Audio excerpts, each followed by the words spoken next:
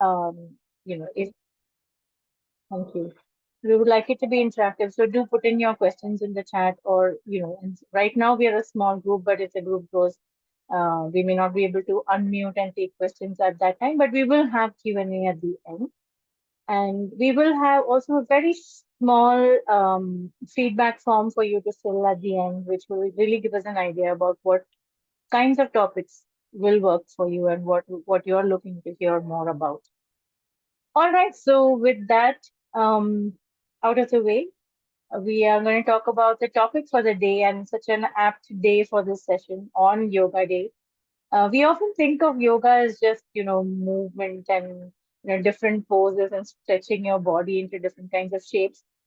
But I think yoga at its heart, if I'm not mistaken, and Shanti is here to correct me if I'm wrong, but at its heart is about, I think, finding that balance, not just in the body, but also in the mind. Um, and today's world, everything is moving so fast. I think slowing down is slowly becoming a superpower. So, what if, flexibility of the mind, not just the body, becomes more important these days? So that's something that I would like to, talk about today with Shanti. And today's session is really about this powerful connection between yoga and mental health, how we can use breath, awareness of our body, and movement to help us manage our emotions that we struggle with, whether it's stress, resilience, any kind of emotions that we're trying to navigate in our day-to-day lives. So let's not explore just how we look because of yoga, but also how we feel because of yoga, right? So who better to speak to us than Shanti? I'm so impressed already with just, reading her profile and just hearing about her from everyone who knows her. She's a certified run coach, animal flow instructor, yoga teacher, swim coach, and nutritionist. She helps people overcome physical limitations because she has been there. And I think no better teacher when you have actually been there, done it yourself. I think then that makes you the best teacher. And you have been she has been a CA, struggled with long hours, just like I think a lot of us here are probably doing right now, and struggled with asthma. But then she rebuilt herself 7 years ago through movement, swimming, strength training, running. She went from struggling with stairs to completing multiple marathons. I can see all the medals in the back, and I'm just so impressed and so jealous. Yeah, including the Ladakh marathon. And this really blew me off because I think a lot of us just, in our experience, just struggle to walk around in Ladakh, forget doing a marathon there. So this is just wonderful. I think from her profile, what she believes is fitness is not a one size fits all, and she helps people uncover their own paths to health. And I loved her philosophy. It's consistency over perfection, movement over stagnation, and real life transformation over quick fixes. I'm sold. I can't wait to hear from you, Shanti. Thank you so much, Shanti, for being with us today. I want to start with a question on your personal life because that's what this profile speaks of to me most. Struggling with long hours, asthma, and then transforming. I'm curious to see how you felt when you were in that phase where you were struggling with all of this and panting and struggling to even climb stairs. How were you feeling at that time? Well, even the thought right now, even before I start, it kind of makes my heart really sink in. So this is about 15 years back when I started. We moved from India to Singapore, and I wasn't somebody who had had infantile asthma or never struggled with breathing ever in my life. So it was not something that I already had, and I had to go along and move along with it in life. It is something that came, that just unraveled one fine day. And when you come across something like that in life, you just don't know how to deal with it. And I was in the same place. So I think I'll try and make it as short as possible.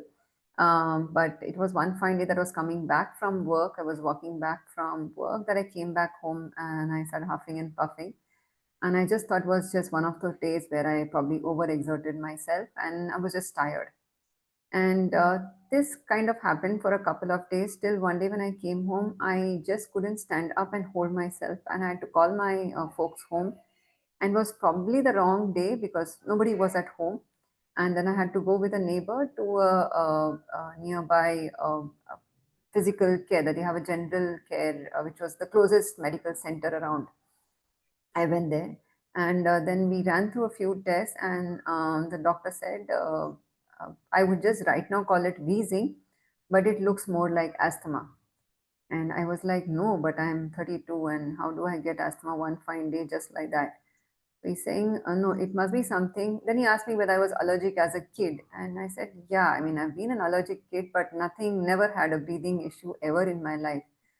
So, and then he said that, well, you know, allergy and asthma pretty correlated. So there is some factor of allergy which is there in your system and which has probably got triggered right now. And that's why the asthma has come up. So, well, I was still very unrealized about it, and I still didn't take it very seriously. So, I was prescribed an inhaler to start with, which was on a regular basis, which I had to take a certain number of puffs for 3 times a day to keep the asthma at bay. But you're initially not used to it. It was not, and I'm not a person who's very consistent with the medicines. I'm not a very good patient in terms of going to a doctor. So yes, I did make my few mistakes initially where I didn't carry the inhaler along, and I didn't even know what my trigger factors were till one time where I went to a place and there was some grass chopping going on, the normal lawn that is, they were mowing the lawn. And I went all over the place. I didn't have my inhaler. They wouldn't give me my inhaler off over the shelf. I had to go to a nearby hospital and then get myself admitted, be into nebulization. My and I was in a panic attack as well because I didn't know how to deal with it. All of that happened and more. And then I realized that life couldn't happen and continue that way. And that's when I went back to my doctor and said that I'm really struggling. So what do I do? And that was a stage by the time where I had come to a point where I was then carrying my inhaler more regularly. The car always had an inhaler. Every room in the house had an inhaler. And trust me, when I'm saying this, I couldn't walk 10 steps without huffing or puffing. I was that bad. And kidding me not, it was really bad when I started. And I was not very physically active, but I was also not I wouldn't say I was active the way I am now, but I was never a lazy person. I would always go for a walk, make sure that I did some kind of fitness, not strength per se, but I would go for a morning walk or just something would be done. And then I asked him, what do I do? So he said, you have to learn to begin, improve your lung capacity. And Singapore was a place where health is very, very in your face, kind of. Whether it's morning, it's noon, it's night, midnight, you will see somebody either walking, running, swimming. It's so health, aware that you can't stop yourself from being as active as they are. I was also blessed because the condominium in which we lived also had a swimming pool downstairs. So he said the best way to improve your lung capacity is to start swimming. So that's how my journey started, where I would just go down every single day. Initially, it would just be walking in the pool, going in like any beginner does, go in, huff and puff, waddle my hands, come up, and oh, I'm sinking, come up. That's where my journey started. Also started with regular walks with my inhaler. Come rain, sun, shine, anything would happen, I would go out there, go for a walk, go for a swim. Every night I would go for a swim. Since there is no winter in Singapore, the nights were when I would go for a swim. 9 to 10 is when I would swim. And that's where my journey started to becoming stronger. Um, and fast forward 15 years down the line, I used the inhaler only SOS basis. It's just recent that I have been re-prescribed a medication where I have to again go back because my bronchial capacity has again shrunken down. So I'm on a regular basis again now. But again, I have restarted swimming. So I think I will get back to where I was. That is not a struggle because I know what the struggle is been. From there, then it was just being more regular, more consistent, knowing that that is not a place I like to be where I struggle to walk 10 steps. Um, I started doing walking regularly. Walking became jogging, jogging became running. I crawled to my finish line the first half marathon in Singapore, where I finished it in 3 hours and a minute. That is 21 kilometers in 3 hours and a minute. I literally crawled, cried, wailed. I was just happy about finishing. We came back to India. The asthma was lot better. It was more controlled because I had improved my lung capacity substantially. Um, I still used to run with an inhaler till 2018. Um, Goa again, when I ran Goa half marathon, I collapsed at the finish line because the last 100 meters I pushed it too hard. But I think that was just a few struggles that I've had along the way. And my best finish so far has been running a full marathon in 3 hours and 47 minutes from a half marathon in 3 hours and 1 minute. A full marathon is 42 kilometers for those who don't know. And I have been a chartered accountant from 2005 when I passed my CA to 2015-16, where I was a full-time chartered accountant working in the corporate like any of you or some of you, till when I realized my calling and I said, this is not what I enjoy doing. So from when I came back to India, 14, 15, 16, 3 years, the evenings used to be spent in training children. 14, 15 was primary children. 16, I started training adults. And 16 and I realized, okay, that's my calling. It won't pay me as much. But over the years, the amount of mental satisfaction, pure bliss and joy it has given me in making people better. It's not only physically better, mentally they are at a better place because I think physical fitness adds a lot to mental health. And from 2016 to today, I have been a full-time fitness coach in different spectrums. Wow. I feel like asking you so many more questions on your journey itself. This is beautiful. And just a half marathon in 3 hours and then a full marathon in 3 hours. That's crazy. Lovely journey, Shanti. And I think what I heard from when you were saying about how you couldn't walk 10 steps without having, and there was a lot of probably helplessness, a lot of, having to rely on people to make sure someone's there if you need to. Things are not in your control. I'm sure those are the emotions that really drive you to, make these changes, right? And some of us struggle with that also, even though we suffer and we are in pain, we don't end up taking those steps. And what was your tipping point? Like, how did that shift happen for you? For Even though we suffer, like, I know, I might know that, it's not good for me not to work out or not, or to eat junk food or, suffer through stress and, all these bad numbers on my blood report. But I still don't do anything about it. So what was that tipping point for you to say, okay, this is it. I need to do something about this? I think my tipping point for me personally, we had children very early, and so that's what the stage when the kids wanted to run around, and be and very active children. And I also foresaw that when my children grew much older, I didn't want to be at a point where I needed to depend on them. I needed to be more be there for them. And I also look forward to life when I'm 60 or 70, where I don't want to be dependent on anybody, but I should be at a place where I can manage my own stuff, be able to do my own errands, run my own errands, and take care of myself. I think the Wow. whole thing about taking care of yourself or preserving your own body and physically and mentally is knowing that unless you preserve your own well being, you can't take care of anybody else. So, preserving yourself is so important. I think that is a tipping point that in a long run, I want to be at a place where I can take care of myself first, then somebody else. And if I don't take care of my physical and mental health being, I'm not in a place to take care of somebody else, be it my children or my parents or anybody else for that matter.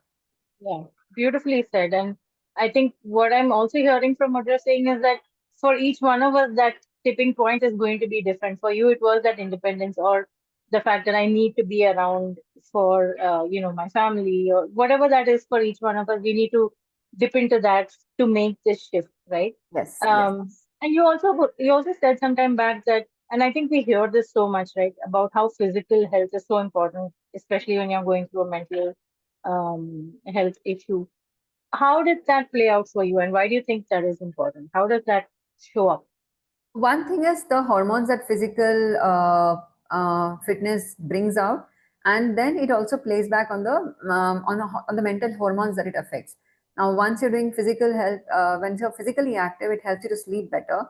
When you sleep better, you get up in a better state of mind. Again, you're getting up in a calmer state of mind when you sleep for longer hours, and it's kind of a cycle which you just continue to follow.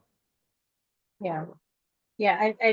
So you're saying that it physically, literally shows in terms of the chemicals in the body, which is what helps, Yes, yes, right? yes, It's not about the, it's also, I think, in some ways about the change in thought, but I think all those changes come in more slowly over yes, time, but yes, immediately yes. you see the change. Got it. Um, but these days, how if you have any issue and you talk to people, they will be like, कुछ नहीं yoga कर लो, like do some yoga, do some meditation, do some breathing, ठीक हो जाएगा. How much truth is there to that? Like, really, Uh, is it that simple? Absolutely, absolutely. There is lot of truth to it because yoga is a lot of thing. It's there are a couple of things in yoga. Now, what we see is today because of the gram, all you see about yoga is people posing fancy poses. Yoga didn't start at what that is. Yoga is about physical movement, breath control, and mindfulness. That is what fundamentally yoga is all about. And now, when you're doing all these things in a more mindful way, it helps to reduce stress. Why does it reduce stress? Because when you're getting into one pose, it need not be a fancy pose, any simple pose. When you're getting in from one pose to another, you're more mindful about your breathing. And this kind of activates your nervous system in a way which reduces your stress. Now, when you reduce the stress level at the same time, your anxiety comes down because your stress is down, your anxiety is down. The moment your anxiety is down, you're in a better frame of mind, your mood is better. So each one of these is connected to the other. And once all this is there, your emotional regulation, because your mood is better, the moment there is some kind of mood shift that happens, you're able to regulate it better. How? Because once you do yoga over time, or over some period of time, the breathing helps to regulate your mood in a certain way.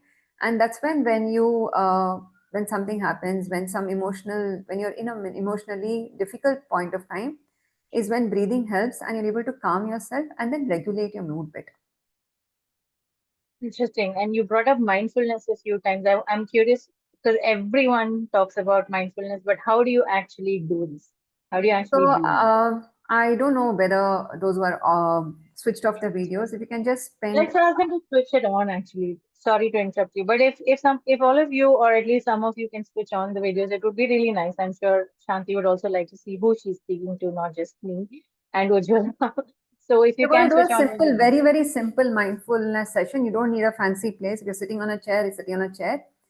So we're just going to start off with some mindful breathing.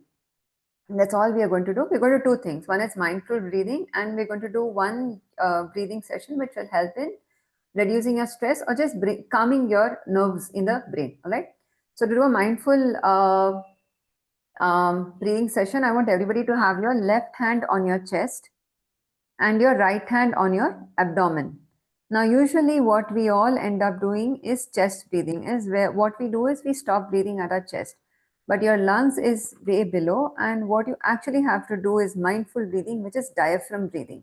So, think of your abdomen as a balloon. All right. So, as you inhale, you are inflating the balloon, and as you exhale, you're deflating the balloon. If I have to show, so as you inhale, you blow out your abdomen, and as you exhale, you draw it in. All right. Inhale, blow out your abdomen. Exhale, draw it in. Inhale, blow out your abdomen. Exhale, draw it in. Inhale, blow out your abdomen. Exhale, draw it in. You do that about 5 more times. Inhale, blow out your abdomen. Exhale, draw it in. Now get a rhythm in your inhalation and exhalation as you do that.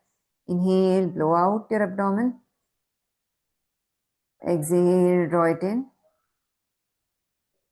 Inhale, blow out. Exhale, draw it in. Inhale, blow out. Exhale, draw it in. Inhale, blow out. Exhale, draw it in. Now, all that we did right now is bringing yourself to a state of composure. If you did it, you might have just felt that composure. Now, the second thing we're going to do is something called Brahmari, which is basically reducing anxiety, right? So, in our daily life, we go through a lot of stress. And what happens when you're stressed is a lot of nerves in your upper region, in your head region, they get really stressed. Just going to try and reduce that. So, I'll just show you once. Each of you can do it about 3 times after I show it once, right? If you're wearing specs, kindly remove it.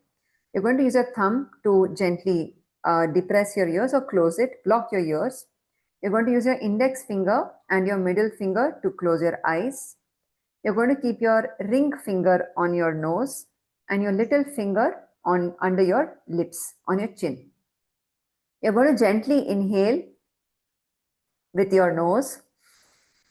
And as you exhale, you're going to gently close your nostrils, close your nose, and make a humming sound from your throat.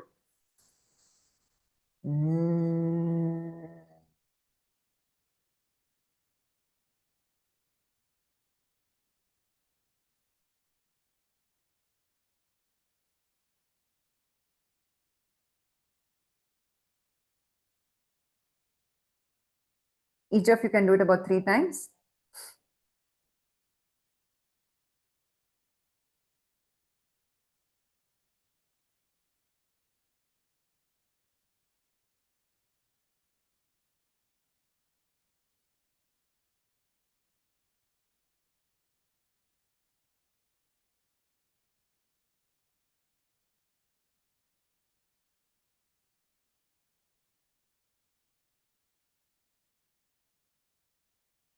So when you're able to hear only your own vibrations, it kind of just activates the nerves and relaxes it. It's a very simple thing which you can do at any point during the day.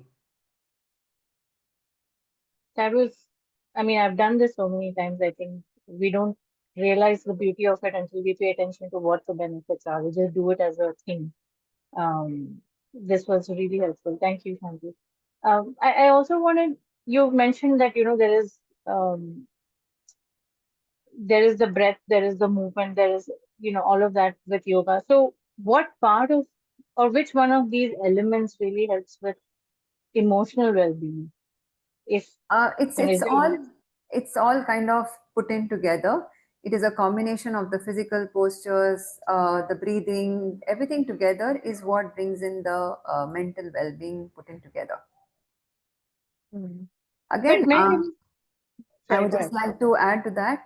Of course, it is mental health is a lot more than just yoga. It is a broader treatment. It is a replacement. It isn't a replacement for treatment. I'd like to add to that.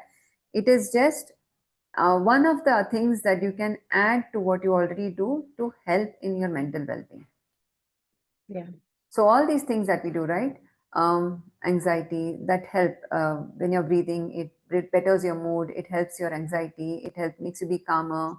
Overall mood development. Also, when you do yoga, you do it as a community. So when you build in with a community, you build that kind of mental awareness and state of mind. All this together helps in your mental well-being.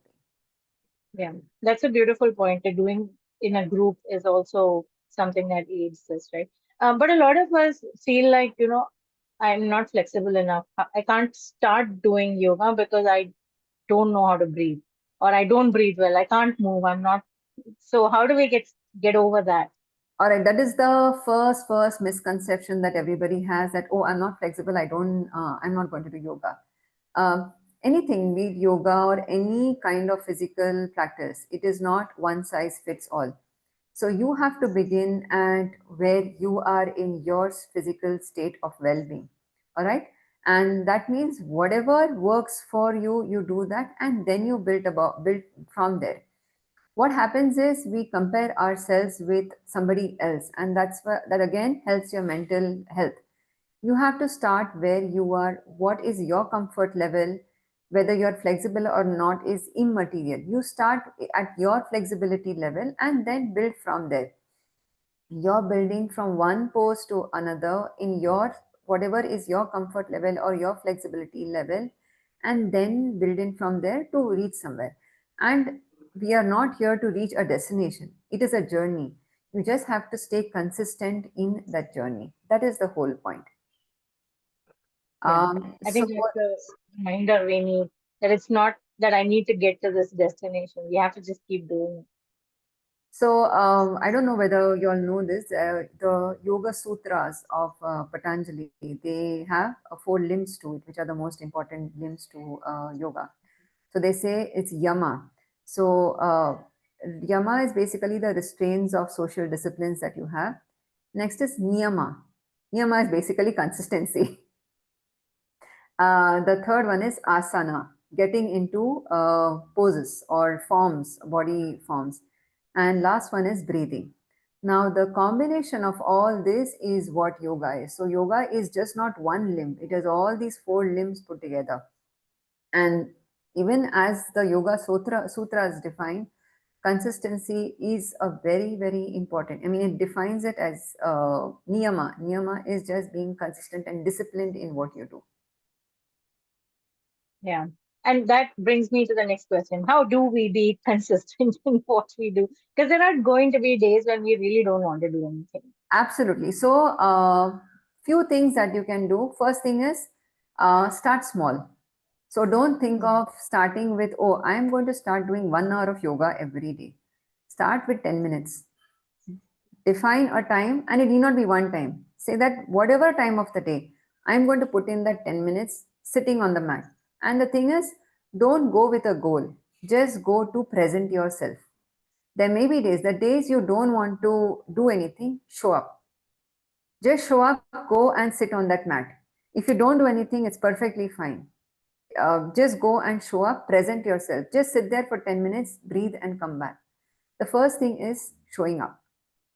Second thing is the first 2 things. One is showing up. Second thing is don't go with large goals, go with smaller goals. And it's very nice to maintain a journal where you start tracking your progress. It's very, very difficult nowadays to do that. But tracking your progress, we find it very kiddish, childish, or then क्या है इसमें दिखने में क्या जाता है? I mean, what is the point? Do it. It adds so much. Journaling helps a lot in when you just flip those pages and go back and see where you started and where you were and how your progress has been. It is phenomenal when you go back and see. All right. The next thing is every time the day you're not able to, do something physically or show up and sit there and try to connect to your inner self of why. Why do I want to do this? The moment your why is very, very clear, right? The moment you have an answer to why you want to do that, it is very easy to come back the next day and do it. All right. The next thing is usually it's very difficult to be accountable to yourself, but when you're accountable to somebody else, it's very easy to present yourself. The easiest way to do that is to account yourself to be accountable to somebody else and make somebody bring you there. So if you can't bring yourself, make somebody who is maybe a little more motivational than you are, or who is probably a little further than you are in the consistent journey, who can bring you to that journey. All right. So be accountable to somebody who can bring you there. So being accountable really helps a lot. And once you are Yeah. able to bring in about 21 days of consistency, trust me, it really works for a lifetime. Yeah. And I'm speaking from experience from the last 21 days exactly. That really works. So absolutely right. And accountability in terms of group as well. I think that really helps. Being in a group, if you're not able to do it on your own, I think that's also great. I loved what you said about just showing up. I think even if it's 5 minutes, we set up these big goals about an hour and we say, I can never do an hour, but just being there for 5 minutes also sometimes helps. I have a really burning question from a very long time in terms of emotions being stored in the body. And I've heard that there are certain yoga poses, like they say, butterfly pose helps with, releasing emotions. And I've always wondered how, like, I don't actually see that when I do it. And what do you have to say about that? And how long does it take maybe to see it? Yes, it is very, very true that a lot of emotions are stored in your body. So, for instance, how do these show up? These show up in your movements. So, for instance, somebody who's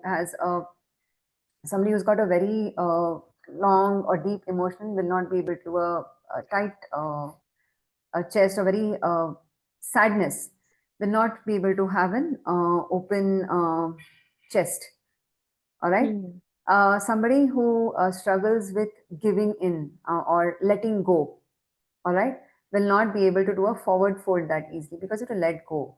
Or a back bend also, if you're not able to um, let go, you won't be able to a back bend because back bend is about letting go.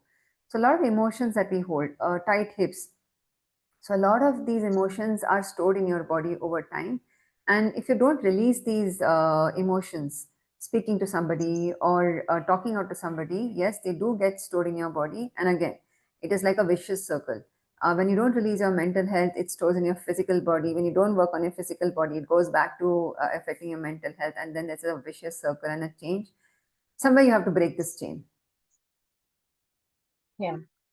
And what do you feel about, I mean, what are some poses, let's say, that do help with some common emotions that, like you said, about hips or, chest or Very, very letting go? What? simple. So I'll just show you two, three poses which you can do. None of you need to do it. For instance, the easiest pose to calm yourself, right, during a day is to do a child pose. So get onto your knees, gently sit back with flip toes, extend your hands, and just stay there. All right. Then the other one is a pigeon pose. Again, it's a very, very calming pose.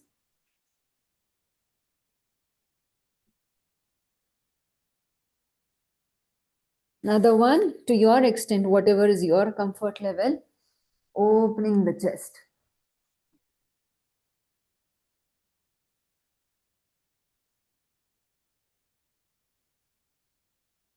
So these are some of the poses you can practice on a regular basis. And you will see with whatever level you are, it might be difficult, easy, and do it whatever level you are.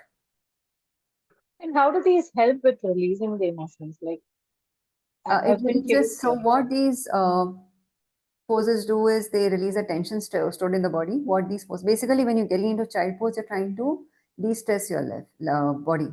So when you de-stress your body, the tension in your body is released. So it releases endorphins, which improves the mood in your mind. What yoga basically does. So, at least for me personally, why? I mean, I am a runner. I do need strength. I go to the gym. Why do I come back to yoga? When you go to the gym, I'll just talk about myself. When you go to the gym, you're just picking up weights, all right? You're just lifting weights and you're then doing a dumbbell or you're loading your body more. But I feel somewhere that mind and body connection is not there, right? Because there's not so much of breath connection. You want to just look more bulkier, you want to look stronger, you want to build more muscle. That's the goal there. I mean, the goal for going to a gym is that. But yoga is not about that. Yoga is more about sthirtha, staying, Hmm. calmness, sthir raho. When you stay in a pose and then you build that calmness, you kind of connect with your body. When you're able to connect with your body, you're more mindful about your movements, and that's when you're able to de-stress yourself. When you connect with your body, you're more in engaged with your body. That's how it helps to release the tension. That's beautiful. And I think what you said about being connected with your body, in my experience at least, it's that it also helps with eating mindfully somehow. Like if I am Absolutely. connected, it helps with eating mindfully, which again is an opposite of vicious cycle. It's a good positive cycle, which kind of, you eat well, you sleep well, you work out, Yes, and then yes.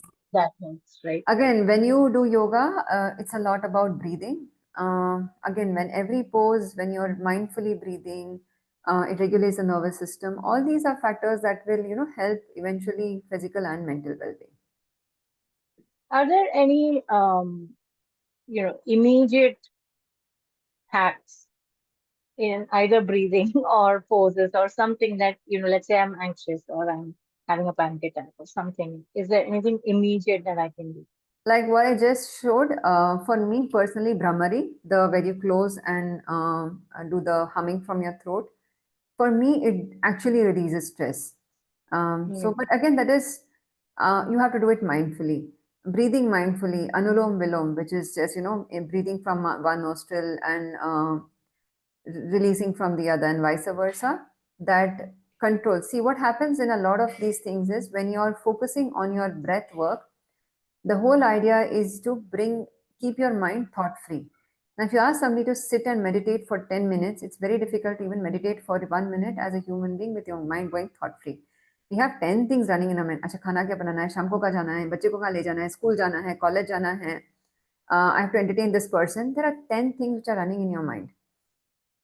What pranayama does, different forms of pranayama do is you're trying to breathe in mindfully. Now, when you try to breathe in mindfully, especially initially when you start with and you don't know how to do it, when you do it guided, what happens, you have to maintain your inhale, hold, breath, exhale in a particular manner. Now, to maintain that whole thing in a continued manner, that itself requires some amount of focus. When you start doing out focus, you learn to switch off your mind for some time. And that is why mindfulness comes from. When you switch off your mind for at least that little bit for a 3 minutes or 5 minutes where you're mindfully breathing, you have let your mind be calm for some time. And then when your mind is calm for some time, that's when you are able to think better, when you are able to breathe better and then come back to a stiller mind. Yeah. In fact, when you're saying that, I'm thinking about why maybe suddenly now we're seeing all this talk about yoga, yoga, yoga for mental health, especially, is because we are living in such a distracted world where we Yes, lack a lot of yes, focus. And we are kind of just doing things mindlessly all the time. Like we have a routine and we just kind of follow it mindlessly, right? correct, correct. And that's probably why everyone's shifting towards yoga to become more mindful and slow down. Yes, yes. Would you like to show us maybe one, you know, basic pranayama, anything like you were talking about Anulom Vilom, maybe that? Yeah, Um, we could all do it. I mean, if you all want, you can join. yeah. So, in Anulom Vilom, there are three factors. One is inhale, the other one is hold, and the other exhale. All right, the three things to Anulom and Vilom. So it's basically your hold is 2 counts of the inhale. The whole thing about Anulom and Vilom is inhaling in a rhythmic manner, holding, and then exhaling in a rhythmic manner. And what we're doing here is we are inhaling in one nostril and exhaling through the other, inhaling from the left and then exhaling from the right. Now, when you do this in a rhythmic manner, it also opens your lungs, improves your entire nasal panel, it keeps your mind calm, helps you to focus, and in the bargain, calms your mind. All right, so I'll show you all one, then you all can all do it. So basically, you close your index finger and your middle finger. Okay, my thumb is resting on my right nostril, and my little finger and my ring finger is on my left nostril. I'm going to take a nice deep inhale and exhale. So first, what I'll do is we'll do the basic, which is very simple, and we can all do it together. So I'm going to inhale for 2 counts. 1, 2. I'll show you one, then we'll do it together. So we're going to inhale for 2 counts, 1, 2. While I'm holding, I'm going to gently depress my nostrils and hold for 4 counts. 1, 2, 3, 4. I'm going to exhale from the left, 1, 2. I'm going to inhale from the left, 1, 2, hold. 1, 2, 3, 4. Exhale. 1, 2, hold. 1, 2, inhale. 1, 2, hold. So that was one cycle complete. All right. So we'll all try and do one cycle. We do about 3 cycles so that you at least are able to do some amount of calmness to the brain. In one cycle, you will get over very fast. So we'll do 3 cycles. Thumb on the right nostril. Also keep your elbow facing downwards. Don't eventually come up like this. You want to keep your fist closer to your heart. Right? Thumb on the right nostril, little finger and ring finger on the left nostril. Take a nice deep inhale before you hold. Take a nice deep inhale. Exhale. Inhale from the right. 1, 2. Hold. 1, 2, 3, 4. Exhale from the left. 1, 2. Inhale from the left. 1, 2. Hold. 1, 2, 3, 4. Exhale from the right. 1, 2. Hold. 1, 2. Inhale from the right. 1, 2. Hold. 1, 2, 3, 4. Exhale from the left. 1, 2. Inhale left. 1, 2. Hold. 1, 2, 3, 4. Exhale from the right. 1, 2. Hold. 1, 2. Inhale right. 1, 2. Hold. 1, 2, 3, 4. Exhale left. 1, 2. Inhale left. 1, 2. Hold. 1, 2, 3, 4. Exhale right. 1, 2. Hold. 1, 2, and relax. That was 3 cycles completed, which is the easiest. Now, as you go along, what you can do is increase the hold. So you can do 4 count inhale, 8 count hold, and 4 count exhale. Now, this was what we did. I just set up the timer. This was about a minute that we did. So if you're able to, I don't know how many of you all were able to not think anything for a minute. So Yes. so this is what guided Anulom Viloma guided, which is this was kind of meditation. But if I tell you you have to not think, just sit like that without doing anything for a minute is very difficult. Now, when you do it through breathing, it helps you to calm your mind and stay in that meditative pose. Thank you. Thank you for showing us practically what that looks like. Um, I have one more question and then I'll open it up for if anybody else has any questions. You smiled when I said is there any quick hack that, we have in yoga? So what are some common misconceptions like this in yoga and mental health in that space? That we just say to anybody who's going through anything, we just say do yoga. I mean, is that a misconception? Is that when can we start seeing results? Are there any other misconceptions that you've come across with related to yoga and mental health? Like anything else, there is no shortcut to success. All right, so that applies here as well. For my journey from being an asthmatic, my heart is heavy every time I have to say that. From not being able to walk 10 steps is what was what the journey which, okay, I started swimming and overnight I didn't used to have to use. It was a lot of patience of being there, staying there, trusting the process, and then going along and then believing, yes, there is better days to come. Now, that is the same thing with yoga as well. There is no quick fix. If you're coming for a quick fix, nothing, be it nutrition, yoga, mental health, there is no quick fix. It's about staying there, trusting the process, being in the journey, and the positivity that you hope that, yes, there is something good in this outcome. There is a better. When you're doing something, the whole thing about positivity, right?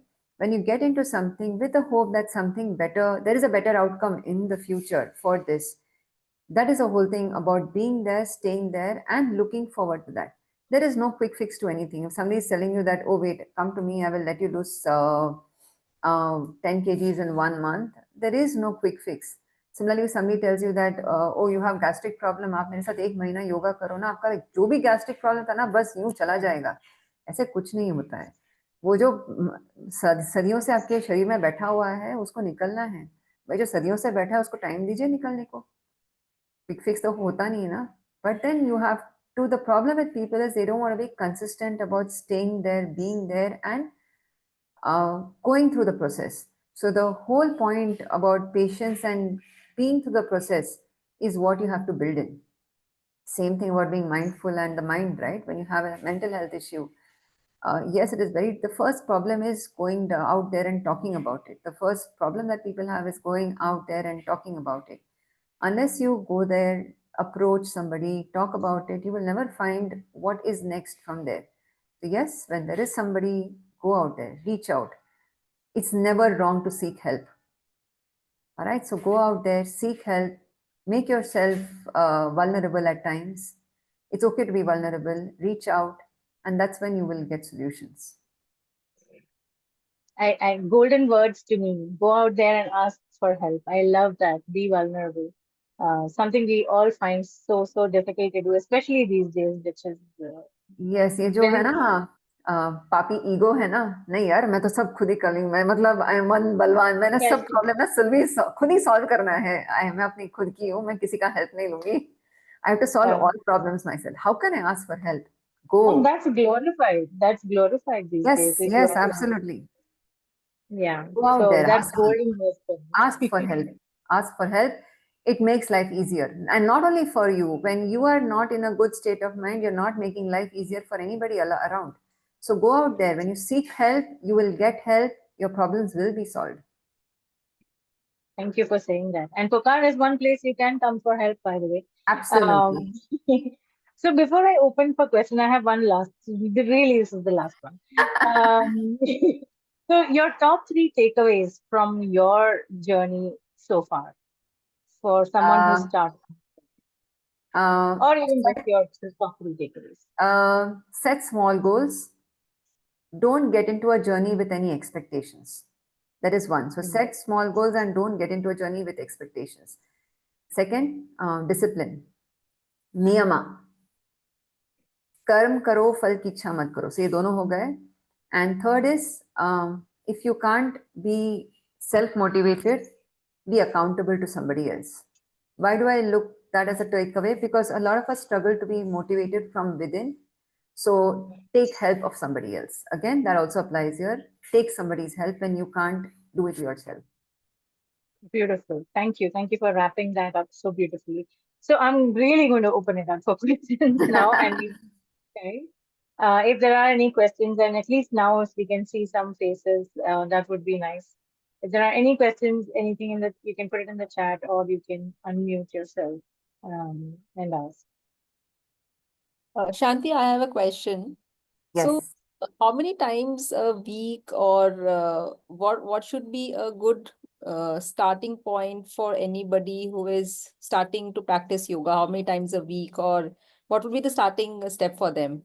Like for A good way to always start in any journey is 20 minutes, 2 to 3 times a week, alternate days. So it's not about daily. If you can bring in 3 days alternatively, 20 minutes, those 3 days, it's a very good place to start. Okay. And any And that, time, like what is a good time to do, morning, evening? don't focus on the time when you have to begin with being consistent. Just first is show up, show up, show up, show up. Okay. And that's such good advice because I know so many people who don't do anything because they just feel like, I can't do it in the mornings. Mornings are too rushed. So मैं कुछ नहीं करती. I mean, Yeah, obviously, you don't do it just after lunch, because so yeah, if you're doing it after a meal, do it 2 hours after a meal. Uh, you can do it just before your meals, but if you had a lunch, do it 2 hours after lunch. That's the only thing that you need to keep in mind.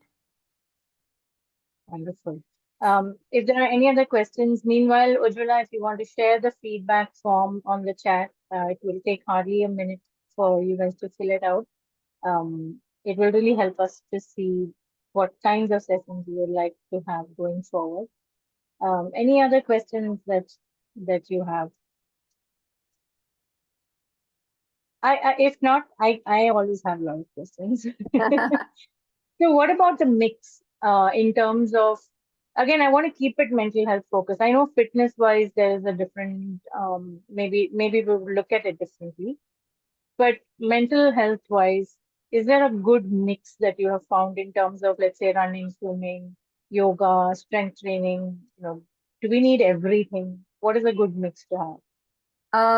I think here it's very difficult to say. For each is his or her own what they find their peace. You have to find your peace at the end of the day. For me, my peace is running. So yes, I find my mental peace and my calmness in running. So I go to running. But if you find whatever you find your peace in, go to that one. Yeah. And that's so nice that you say that as a professional because everybody who is in strength training will say, strength training is the place to go. Yoga teachers will say yoga is the place to go. But this is so good because it really depends on what brings, you happiness or you peace. And you I mean, feel it's okay. accomplished. If it's dance also, it's okay. I mean, do that for 20 Yeah. minutes. If it's dance also, it's perfectly okay. But then, yeah, you have to find your space which gives it. And there should be that place which gives you that utmost joy. And that's what keeps you coming back as well, right? Yes, yes. Beautiful. Any other questions?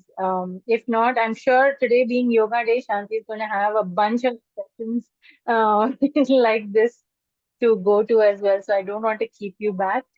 Any other questions from anybody? We've not had a single video on except I think Rita ji for some time. Would have been nice to see more people. Great. Looks like there are no more questions. Hey, Archana, Yeah. good to see I you. just came online. I just switched on my video just to say thank you. I had forgotten Sure. today's yoga day because I was too stressed with my work. So thank you for reminding me. And I'm definitely going to go to my mat. Hopefully the Oh, tips stay there. these Just sit. If you can't do anything, just sit on it for 10 minutes. It's perfectly okay. Yeah, I'm going to do that. Thank you. I think just that message has made this session worthwhile. Thank you, Archana, for saying that. And thank you, Shanti, for your time today. I know it must be a super busy day for you. Very much in demand, especially today, even other days, but especially today. So thank Pleasure you is so all much. mine. It's absolutely my pleasure to be associated here, especially when I know in today's day, not only for adults, I think mental health is one place which has become a challenging place for kids as well. So, yes, when there is a platform, I would really say that go out there, go be vulnerable, go reach out, seek help.